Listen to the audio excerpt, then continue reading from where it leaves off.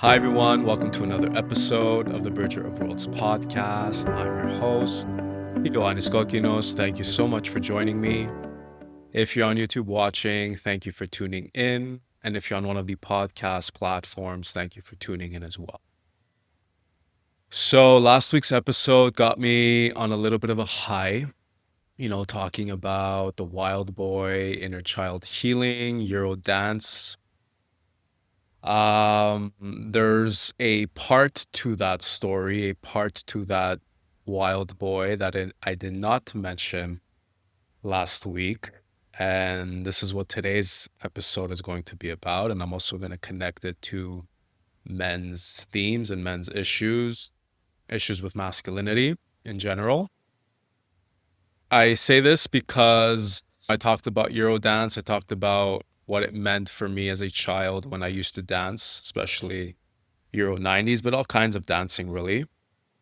So I said I was a boy's boy, which is very true because I was very outward driven, very forward, external everything, right? The masculine is the outer external experience, the feminine is the introverted experience, but there's also another side to the feminine, and that is the dance. The feminine is the dance.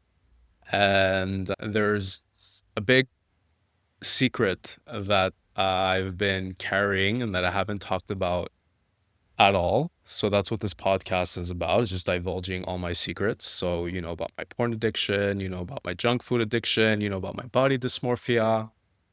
But this is the secret. This is the issue that maybe holds all of the other issues because it did start from boyhood, it did start from childhood. And it may be a little bit embarrassing, but it's also funny and playful. That's how much I've developed a loving relationship to this part of myself and to my younger self. So I'm going to get right into it. Enough suspense of what the big secret is.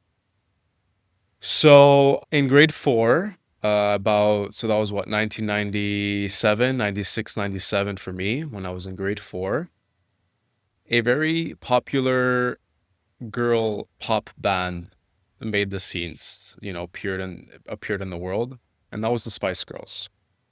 Now, I had a romantic attraction to Jerry, Ginger Spice, Sexy Spice. Jerry was my immediate love from the Spice Girls.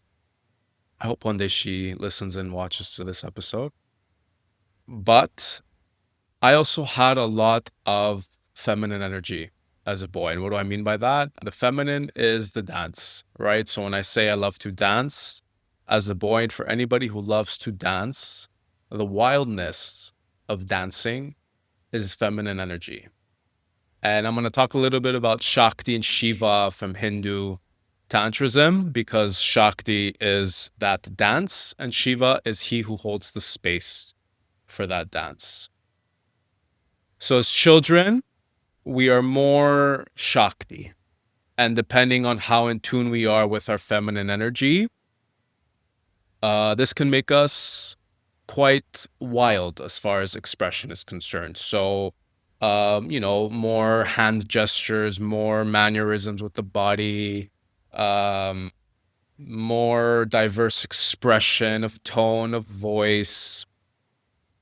So this is who I was as a boy, and it wasn't my whole boyhood. I'd say this started developing around 1996, 1997. I won't say it's because of the Spice Girls, but the Spice Girls were a big part of my story. The reason for that is because I used to learn their dance choreographies. Right? I was a boy, but I loved to dance and I was very expressive and very fluid. I was very much in my feminine energy, no matter how much Power Rangers and Mortal Kombat and hide and seek and tag and dodgeball I used to play. That was, yes, my masculine energy, but my feminine energy was the dance. And specifically, when the Spice Girls hit the scene, because they were 5 fully grown women dancing, I love to dance. So I learned their dance choreographies. And eventually, because they were obviously a lot more feminine centric. I also developed feminine mannerisms when I used to talk and speak. And this is one of my biggest points of shame, my biggest pain points, actually. And I'm laughing and smiling about it now because obviously there's been a lot of healing and a lot of understanding and a lot of things I could not name back then, like Shakti being the dance and Shiva being the space holder. But Shiva doesn't show up during childhood. To hold that kind of space and to know you're holding the dance requires some form of spiritual awareness, some form of conscious presence, which happens later on. So I go into high school,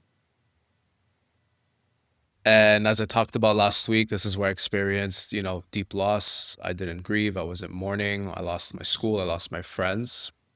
And I lost that part of myself. I lost that wildness. So I lost the wild boy.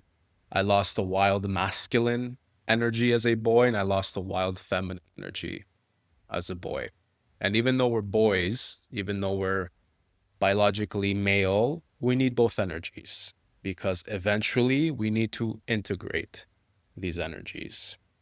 And why I'm bringing this to the space, it's not just an episode of divulging my biggest secret and possibly my biggest pain point, because I was, of course, very much made fun of and bullied throughout high school because everybody thought I was very feminine, which in turn led them to believing I was a homosexual, I was gay, because homosexual men tend to be more feminine in their mannerisms, which again is not that valid because there's a lot of masculine homosexual men, there's a lot of feminine homosexual men. So it doesn't have to do, sexual orientation does not have to do with our polarities.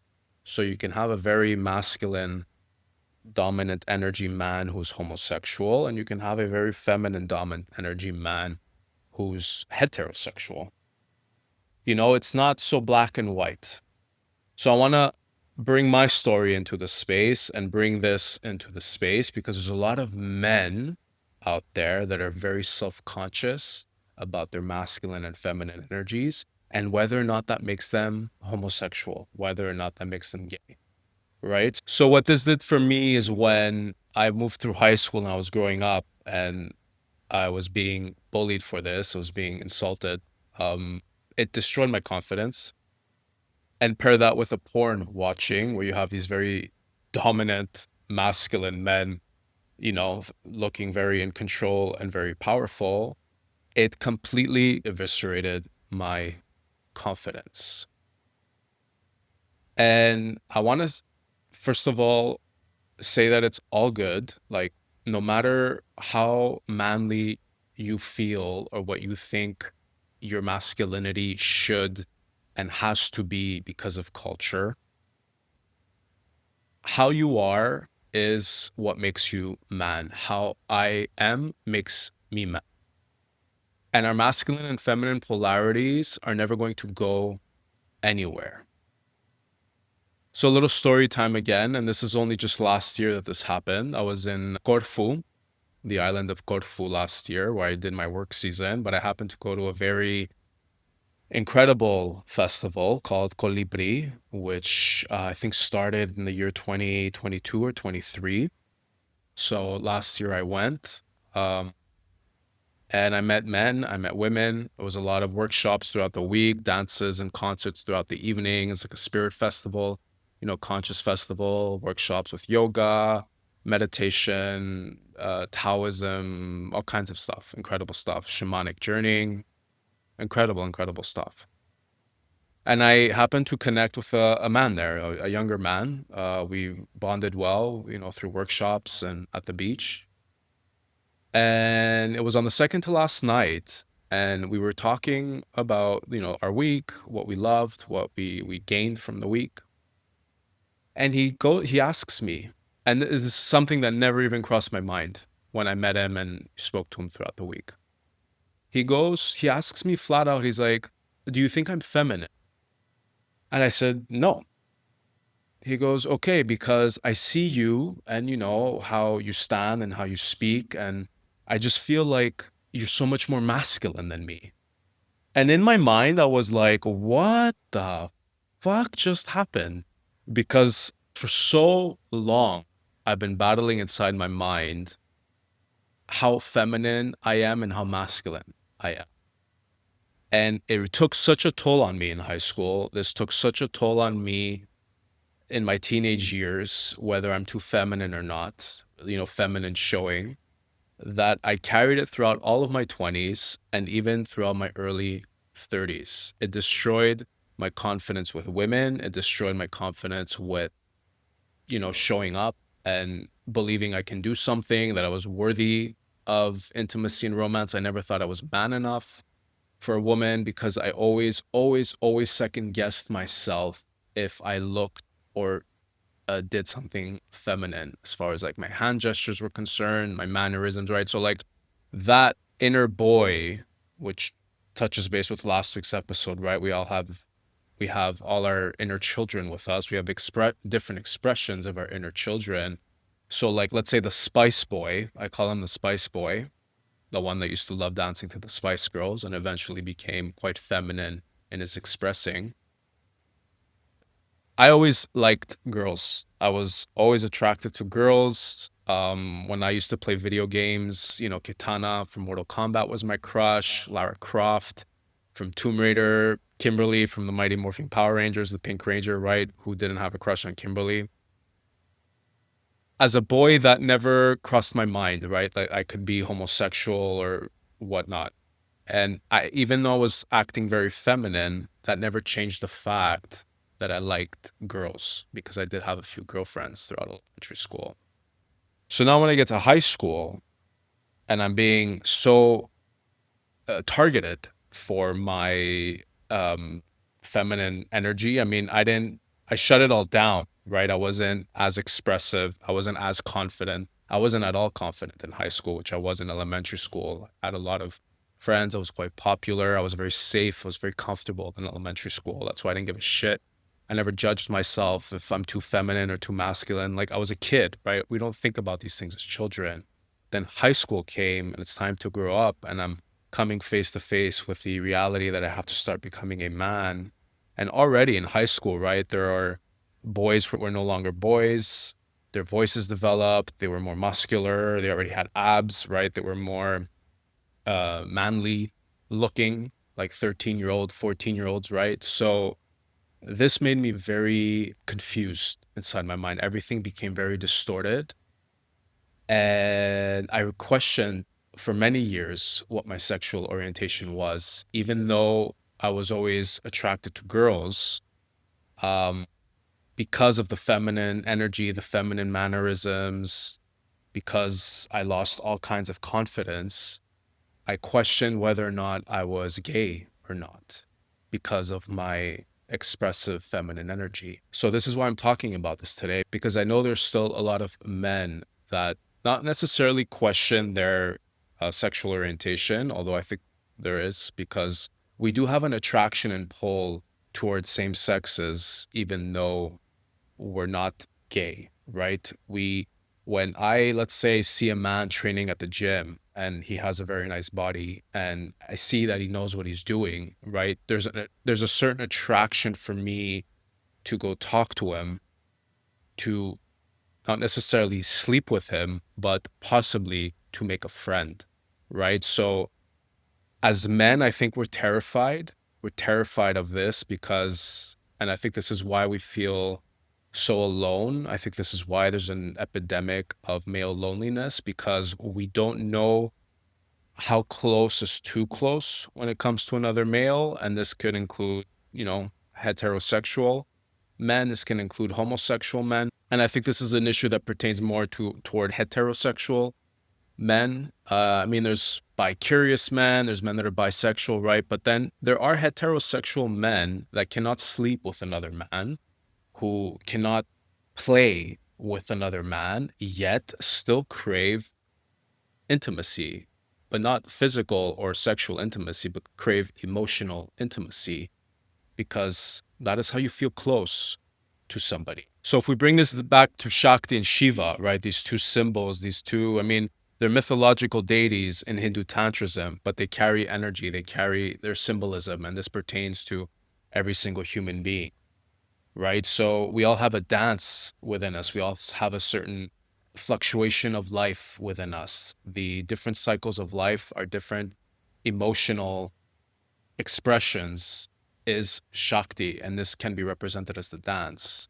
Now, Shakti needs Shiva because it will just turn into chaos if there's no space to hold this dance. And Shiva needs Shakti because he needs something to hold, right? Shiva's not here to just hold empty space because life is ever emerging, right? Even in the cycles of death and rebirth, we always have life that emerges. And this is why Shiva is also known as the destroyer, but the destroyer of illusion, the destroyer of false reality, because Shiva wants to bring truth to any given situation. He wants truth to emerge out of the destruction. And that has to happen from the animating life moving through every single thing, being, and species in the world, right? Everything has Shakti, everything has this energy of, let's say, dance. And some men, so many men in the world, right? So many cultures, how many millions of men have this certain dance within themselves at different magnitudes. So you can have a man that has more, let's say, Shakti than another man, more dance than another. That doesn't make the man any more or less masculine. Because let me tell you something. If we're saying that the feminine and the masculine are two sides of the same coin, which they are, and we have, let's say, very high feminine energy, and we have the coin, and then on the other side of the coin is what? Very high masculine energy, at least potential to get to very high masculine energy, because it is a seesaw, it's a balance. So if we have, let's say, a lot of feminine energy, right up here, and the masculine is right down here, we can start to balance more the feminine and masculine through polarity work. And it's not to say that the feminine is going to leave, right? The feminine will always be there. But if we're wanting to feel more, let's say, masculine, we need to acknowledge her. We need to learn how to hold space for her. So that's why it was kind of like a full circle moment for me last year when the friend I met at the festival told me how much more masculine he felt I was because of my posture, the way that I spoke, and the way that I just my energy overall. And I thought to myself, well, that's all because of my feminine. That's all because of how much dance I had and still have. So that Spice Boy, that younger version of me, the part of me that was very wild, but was wild, but not in the masculine sense, which I talked about last week with the sports and the playing and the very outward driven, focus, but the Euro dance, the Euro 90s, trance, house now, right? Like electronica. And, and I mean, I don't dance like a Spice Girl, right? But I know how to honor that dance, right? And movement obviously is such a personal and um it movement should never be calculated, right? Movement should never be thought about. That's the whole point of dancing, is to go beyond ourselves, is to go beyond our ego, go beyond our thoughts, is to go beyond the stationary. And that's where ecstasy comes from, ecstatic dance, ecstasy. And I made a whole episode about Dionysus and Shiva and ecstatic dance. So do check that out, because Dionysus and Shiva are the same archetypal energies. So, all this to say, because there's a lot of insecurity within the world of masculinity as far as male bonding and brotherhood and men coming together. Again, I think it's more a heterosexual issue. Homosexual men don't necessarily have issues of coming closer to other men, although I think there's still issues there around friendships, because I don't think every homosexual man wants to necessarily get close to another man just for the sake of romance and intimacy, but just have a friend, right? So friendship is so sacred among men and forging brotherhood. And as I said, I think one of the contributing factors for this male loneliness epidemic is men don't know how to reach each other because they fear that they will be deemed either too feminine or gay or both. And there's something very deep and maybe even primal and maybe even ancestral about not wanting to be deemed feminine or gay. Obviously, in the past, homosexuality was much more repressed, much more denied. We're not living in that kind of world anymore. I do see, on social media and in the world around me, there's a lot more freedom, there's a lot more flexibility and a lot more visibility as far as homosexuality is concerned. In the past, this was not the case.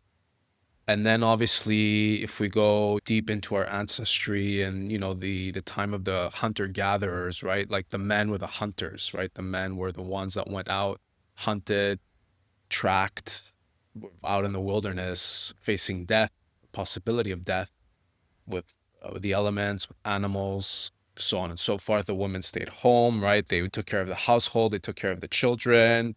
Whatever the men brought home, they prepared the meal. So there's a sense of not being strong when we are deemed too feminine. And the feminine has her strength, eh? It's a different type of strength, and the masculine is a different type of strength. Because I've done so much work with both my energies and realizing what does one for the other and how it translates to basically just human expression.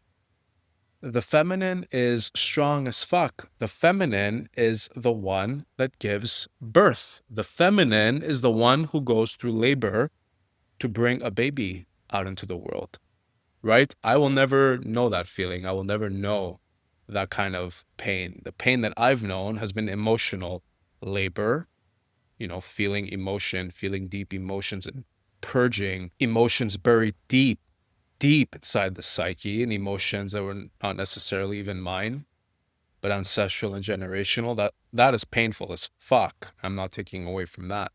But for a woman to move through the labor of giving birth to a child, that is part of the feminine principle, right? We talk about the feminine as being receptive, being passive, stillness, surrender, right? But there's a wildness to the feminine as well.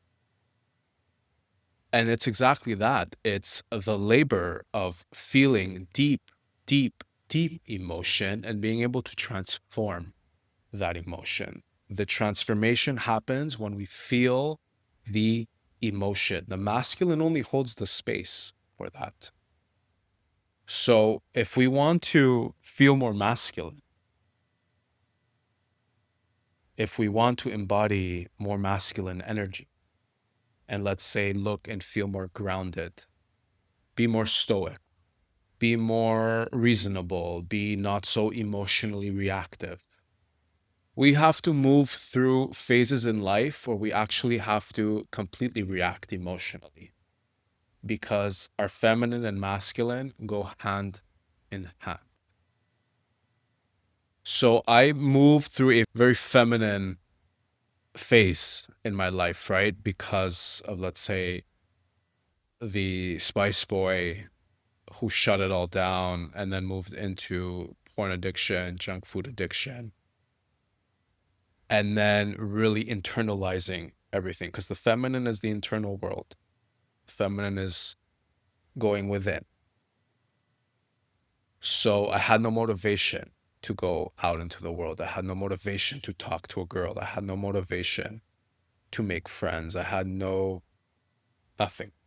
Once my knee injury happened, that was the big turning point. That's where I hit rock bottom with my knee injury, and then I started to step more into my masculine energy as far as like training was concerned. I was a personal trainer, which I talked about, but I still had absolutely no confidence with women. Why? Because that spice boy, that part of me, which was, 10, 11, 12 years old, 13 years old, was not witnessed how he needed to be witnessed.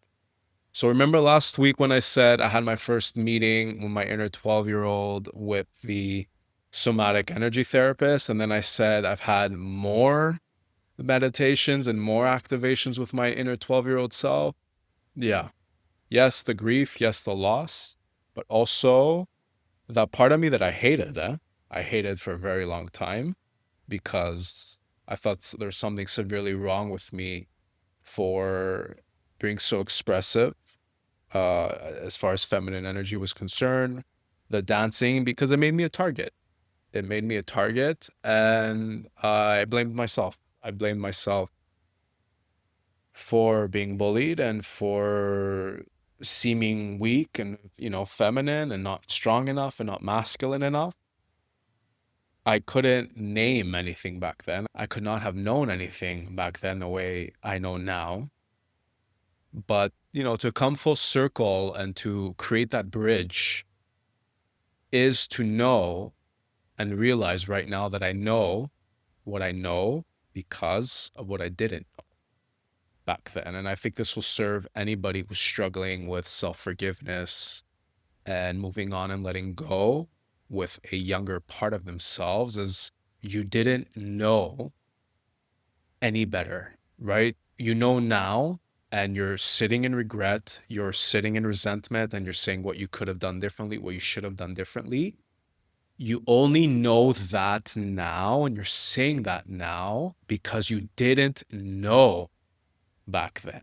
And that's how you can start showing compassion for your younger self, the part of you that did not know any better.